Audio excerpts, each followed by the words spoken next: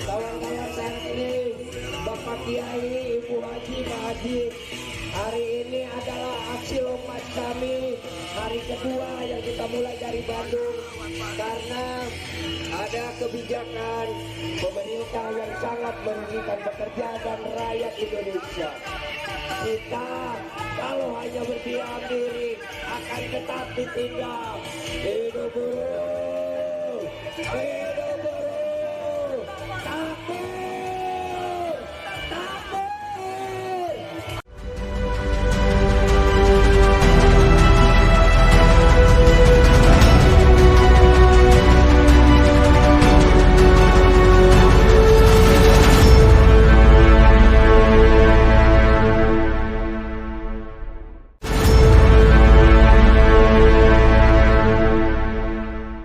Assalamualaikum warahmatullahi wabarakatuh. Apa kabar? Kembali berjumpa dengan saya Hersubono Arif dari Forum News Network. Hari ini hari Rabu tanggal 10 Agustus. Nah, seperti kita ketahui akan ada aliansi sejuta buruh yang melakukan unjuk rasa. Ini yang di Jakarta, saya lihat wah dari berbagai daerah sudah mulai berdatangan. Itu bahkan ada yang long march. Ini saya lihat ini long march-nya sudah sampai di Bekasi dan Ketua Presidiumnya Jumhur Hidayat nih kalau saya lihat udah ikut berjalan bersama dengan mereka. Nah, saya ingin tahu apa saja kegiatan yang akan dilakukan pada pagi ini yang dan aksi mereka di mana saja, bagaimana bentuknya, dan kemudian di mana jalan-jalan yang harus dihindari oleh warga terutama untuk Jakarta dan juga kota-kota lain yang melakukan aksi yang sama dengan salah satu presidium dari aliansi sejuta buruh itu yakni Mas Arif Minardi. Assalamualaikum Mas. Waalaikumsalam, Mas Hersu. Ya, gimana nih persiapannya ini untuk aksi hari ini? Ya, persiapan kita sudah dimulai dari long march lah. Sebetulnya persiapannya ya sebulan 2 bulan yang lalu ya. Ya. Dan dimulai dengan long march. Jadi long march itu sebetulnya ingin mengingatkan saja kepada terutama para buruh, para pekerja, dan juga kepada masyarakat bahwa ada masalah di negeri ini. Ya, itu masalah bagaimana pemerintah membuat semacam abuse of power tentang undang-undang Omnibus Law.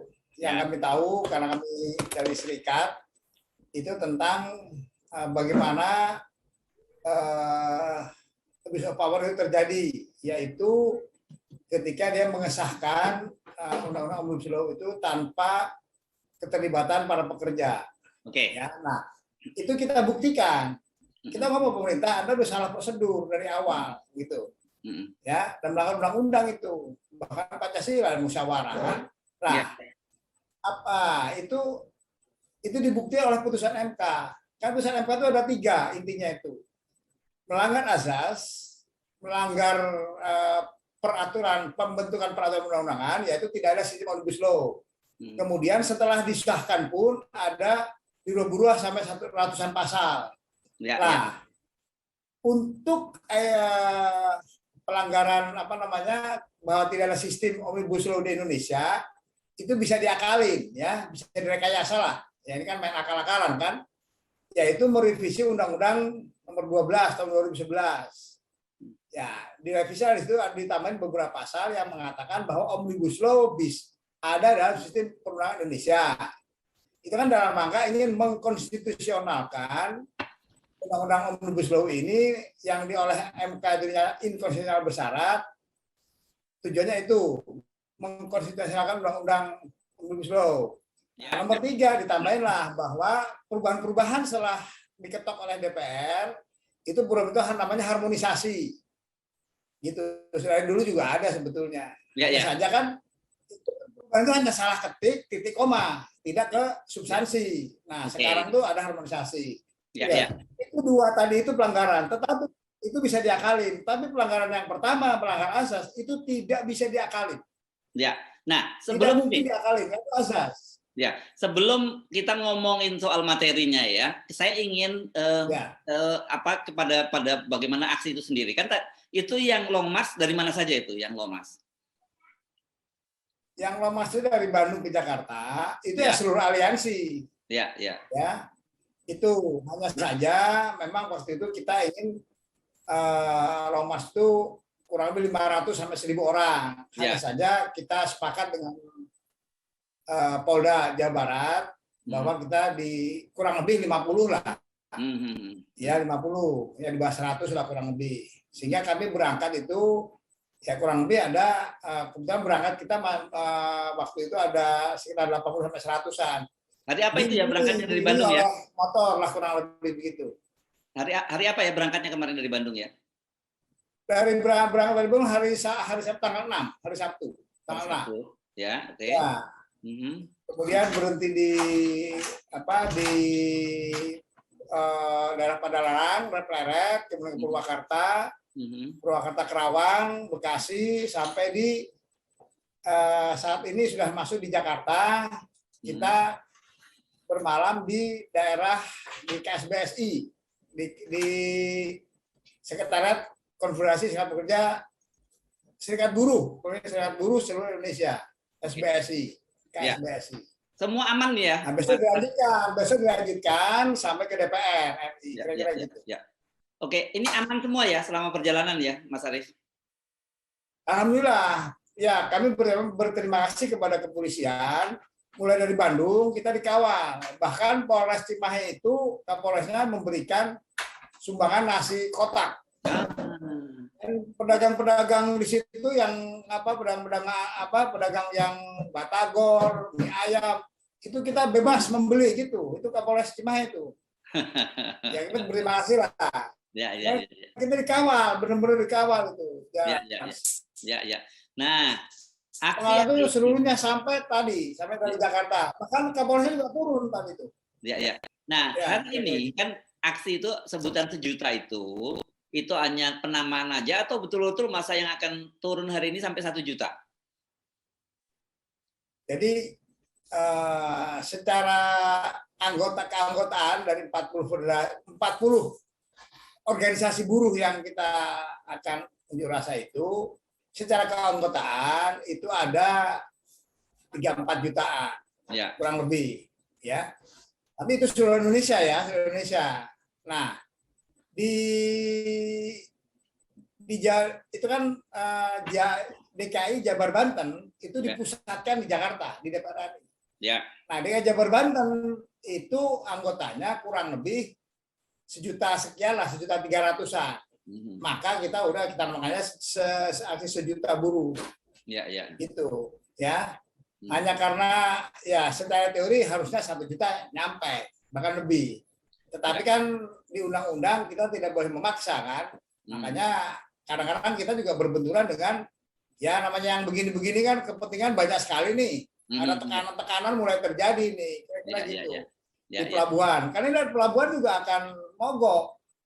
Sebenarnya dia ikut unjuk rasa. Akhirnya kan jadi mogok juga kan. Jadi pelabuhan itu akan berhenti.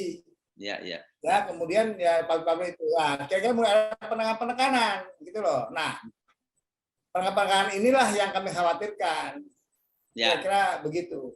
Nah, di kota-kota lain di mana aja nih aksinya ini? Kalau di kota lain? Apa? Kota lain di mana saja? Di kota lain di seluruh provinsi di luar ketiga wilayah tadi, DKI Jabar Banten, itu unjuk rasa di kotanya masing-masing. Kalau di Surabaya, kalau Bandung nggak ada ya, di Surabaya, misalkan Medan, itu seluruh ibu kota lah.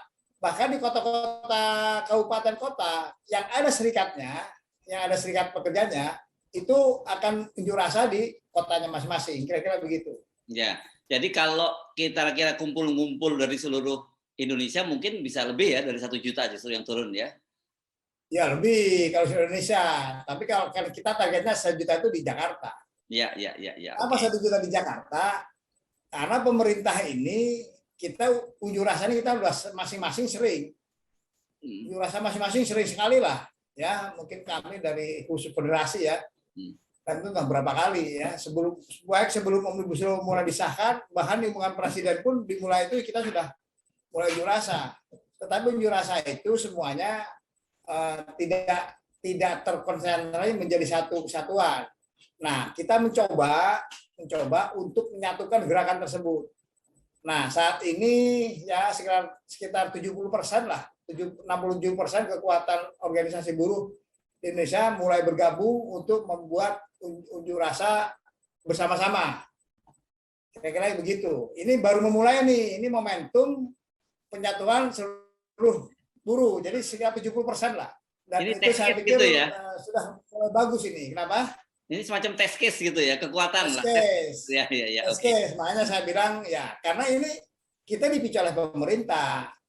Pemerintah itu yang saya tahu pernah mengadakan statistik quick count.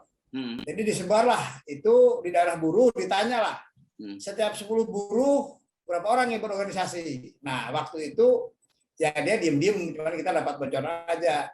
Setiap 10 hanya satu yang ikut organisasi gitu. Maka ditulislah di dalam itu bahwa hanya 10%, udah nggak usah digubris lah 10% lah, kira-kira begitu. Guru tuh gitu. Maka undang-undang itu dilanjutkan, kan dia ngeri juga sebetulnya pemerintah ya, makanya dia test case, bukan test case, survei itu ya, survei 10%, kira-kira begitu. Nah, kami dengar itu. Nah, ketika momentum sekarang ini, alhamdulillah KSPS-nya sudah ada perubahan ya. Sekarang ada ketua umumnya Pak Jumhur, kemudian jadi sekjennya di KSPSI, kemudian berkoordinasi dengan teman-teman yang lain bersama-sama, akhirnya disepakatilah untuk unjuk rasa bersama-sama. Kira-kira gitu. Itu dan kita sampaikan bahwa kalau kita sendiri-sendiri kayak kemarin, maka kita harus satukan. Ya kan gitu. Kepolisian itu juga datang, sudah sering berdialog. Saya pikir kepolisian itu udah bagus. Dia sudah mengatakan begini, Pak Arief, kita sudah dan Kementerian Tenaga Kerja, mereka ingin dialog. Saya pikir kalau udah ada begini baru minta dialog, ya kan? Emang dari dulu kenapa sih nggak dari awal saja, kan gitu, ya kan? Nah, kita bilang, Pak, bukan kita nggak mau dialog loh ya, saya bilang ke Pak kepolisian itu dari Polda DKI dan Mabes waktu itu bareng-bareng. Saya bukan kita tidak mau dialog. Kita sekarang ini prinsipnya hanya satu. Kita cabut dulu baru kita dialog. Yang saya sampaikan, kami nggak bisa mendatangi ke Kemnaker. Kita terus terang, kami tidak bisa ke Kemnaker karena sejarahnya sudah seperti itu. Tetapi sekarang bolehlah kita juga tidak akan menutup pintu-pintu dialog berunding itu, ya kan? Tetapi sekarang perlihatkan keseriusan mereka dengan mendatangi kepada sekretariat kami, sekitar bersama kami, itu di Cilandak. Kita tawarkan, silahkan, menterinya datang ke sini. Apa susahnya sih datang? Kalau gunting pita datang kemana-mana bisa kok. Ini permasalahan yang sangat krusial, ya kan? Dia tidak mau datang. Kita tawarin, kan aneh, ya kan? Kemana-mana datang, hehehe, gunting pita. Ini yang masalah penting, dia nggak mau lah. Kita tawarkan. Tetapi kalau kita datang sana, cabut dulu itu. Nah, rupanya usaha kepolisian ini kalau dugaan saya mereka ingin ngetes dulu. Ini benar sih gede kan? Toh selama ini buruh kalau demo nggak pernah di atas 5.000, paling 5.000 ke bawah. Tapi kami pernah HoloLens, kita pernah 30.000 itu, ya kan gitu. Nah, makanya saya duga mereka mau ngetes dulu, gitu loh. Gitu. Tapi dalam hati saya dan pikiran saya, loh, ini mau ngetes-ngetesan, mau kuat-kuatan atau mau gimana sih pemerintah ini? Kan harusnya itu kalau pemikiran benar, ya kita diskusikan kan gitu. Di mana pemikiran kami yang salahnya, di mana benarnya kan gitu. Tetapi yang jelas kami sampaikan bahwa Anda itu sudah cacat prosedur dan dibuktikan oleh MK. Jangan diulangi lagi. Nah, Anda hanya mengulang rekayasa buat apa? Dia sampaikan, kami juga akan sosialisasi. Loh, tapi itu informal pertemuan itu. Kami akan mengundang lah. Ya paling seperti kemarin-kemarin lah, hanya menggugurkan kewajiban saja kayak orang sholat, asal sholat lah. Salatnya diterima atau enggak, gitu aja kira-kira. Jadi Mas Arief hari ini difokuskan masa itu akan menuju gedung DPR karena ini adalah produk yang menghasilkan ini adalah DPR gitu ya, yang mengesahkan ini DPR gitu. Ya, karena begini pertimbangan kita, kalau di istana itu kan hanya di patung kuda, ya kan, simbolnya patung kuda. repot juga ya kan. Nah, mending DPR aja lah sekalian lah di depan itu kan gitu. Kira-kira ya itu alasannya. Jadi dan koordinasi dan artinya izin dari polisi dan sebagainya sudah beres ini urusannya ya, tinggal turun saja ini ya. Sudah. Alhamdulillah kepolisian apa namanya kooperatif kok. Kami Ya. dikawal sampai lama. Sudah insya Allah nanti. Ya mereka soalnya lagi pusing juga ini urusan Verdi Sambo ini. Jadi Ya.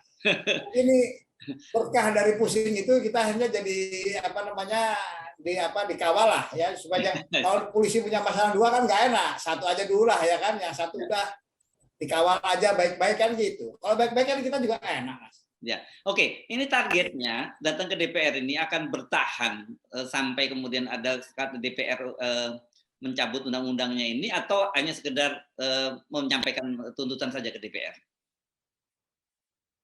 Oh ya kita targetnya dicabut lah. Oke. Nah makanya kalau masanya besar ya kan, saya pikir masa buruh kalau besar juga nggak main-main, pasti minta dicabut. Oke, kan kemungkinan nih kalau besar misalnya 1 juta, ya. Kalau 1 juta bisa bertahan, kami pasti kesulitan mengubarkan, ya kan? Ya kalau 10.000, 20.000, ya apa namanya nggak mungkin juga lah kita melakukan itu. Ini masalahnya kalau ya di bawah 100.000, 50.000 itu bertahan susah, ya kan? Tapi kalau 1 juta mereka mau bertahan, ya kita juga nggak bisa apa-apa, Mas. Jadi ya ini memang hitung-hitungan. Makanya kalau mereka ingin membuktikan besar-besaran, ya kan? Ya sudah, kita terpaksa juga mengerahkan besar-besaran gitu. Karena mereka ketika besar-besaran baru mereka melihat, oh iya ternyata besar, ya sudahlah, mungkin cabut, mungkin apa gitu loh. Kira-kira gitu. Itu cara berpikir yang salah menurut saya. Ya. Nggak, selama ini kan gitu. Ya, selama ini kan pemerintah nggak peduli mau ada unjuk rasa mau apapun itu jalan terus gitu ya. Tapi seperti Anda katakan karena selama ini unjuk rasanya kecil-kecilan jadi nggak dianggap gitu ya. Iya, betul. Iya, mereka dia jalan terus karena kecil. Nah, sekarang kita coba. Nah, saya duga pemerintah itu ngetes. Coba sih bener nggak nih gede nih, kira-kira gitu. Ya kan, kira-kira begitulah kurang lebih. Kalau dugaan saya, tapi dugaan saya kira-kira 95% benar lah.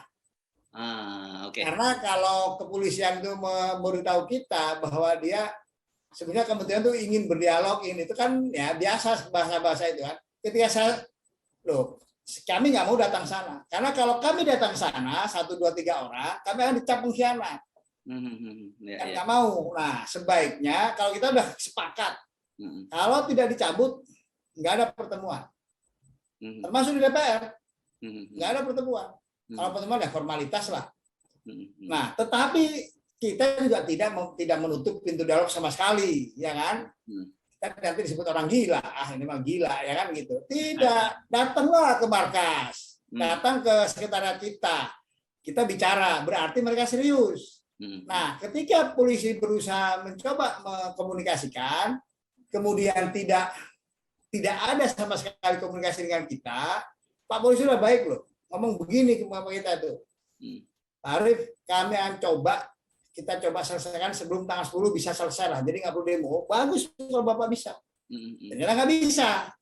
Berarti dugaan kita kan benar kan? Oh, melihat gini dulu atau enggak dulu. Karena saya mendengar dari beberapa info tentang pejabat itu, buruh kan kalau demo kecil. Biarin aja begitu, bisa gitu dia besar kan gitu tantangannya kan. Ya sudah kita coba aja tantangan itu kita coba gitu loh. Nah, ini tapi kalau besar ini kan perlu pengarahan semacam ini perlu anggarannya cukup besar juga nih Mas Arief. Dari mana ini anggarannya nih? Loh, kita buruh ini punya uang iuran, ya ada iuran. Memang masih ada organisasi buruh yang iurannya masih belum jalan. Tapi misalnya kami di federasi saya kan di konfederasi itu sekjen, tapi di federasi saya ada ketua. Iuran itu jalan, kita punya sekretariat beli sendiri, ya kan dari uang iuran, nggak ada sponsor. Dan setiap cabang kami hampir semuanya punya kantor sendiri, dari iuran beli semua itu gitu. Nah, begitu juga mereka yang lain-lain. Jadi mereka datang tuh dengan biaya sendiri. Itu nggak ada jumbang-jumbang itu. Nah, kalau kita mau jual bisa aja. Pasti kalau mereka ngasih uang kan pasti menjual kan.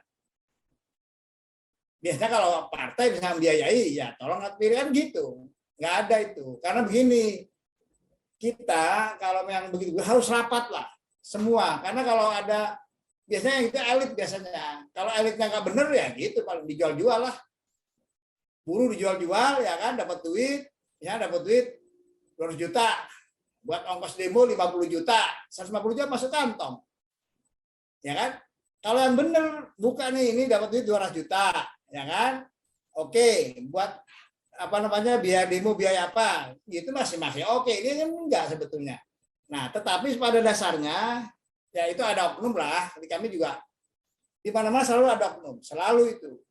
Tetapi ketika sekarang ini kami usahakan semua dengan biaya sendiri, tidak melalui orang lain, ya dengan kemampuan sendiri, biar independensinya tinggi. Ini murni gerakan buruh gitu jadinya ya, terjaga gitu ya?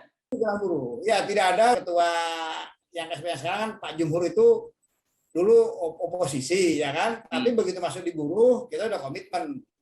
Begitu demo gede, sepakat tidak ada jatuh-menjatuhkan, tidak ada agenda politik. Saya bilang ke belakang kepolisian, saya juga polisi juga. Biasalah curiga lah, gimana Pak Jumhur ya kan gitu. Kita bilang Pak Jumhur sepakat.